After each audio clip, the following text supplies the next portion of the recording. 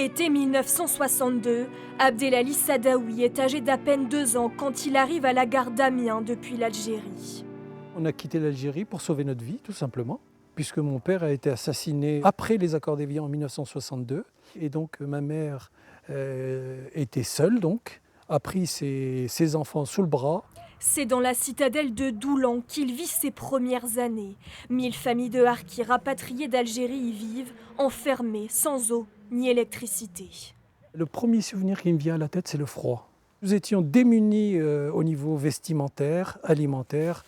1965, avec sa mère et ses 4 frères et sœurs, ils sont déplacés dans cet immeuble. C'est là que j'habitais au 4e étage. 44 familles vivent ici dans des conditions précaires et sous la surveillance d'un administrateur, à 40 minutes à pied de l'école et des services. On nous a volontairement isolés pour ne pas nous mélanger à la population locale, tout simplement.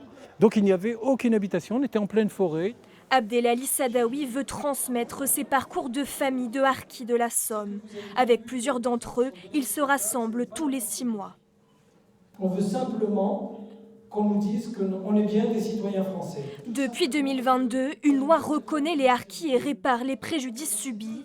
Mais des collectifs réclament un texte plus fort, reconnaissant leur citoyenneté française. Le but, ne plus les ramener à leur passé d'indigènes, de supplétifs ou les réduire à des Français musulmans. Ils ont présenté une proposition de loi à plusieurs parlementaires. Il y a l'indemnisation effectivement financière, mais l'indemnisation symbolique est beaucoup plus importante. Et ça, pour le coup, le fait de reconnaître la citoyenneté française, c'est un grand pas vers, on va dire, penser les blessures de la guerre d'Algérie.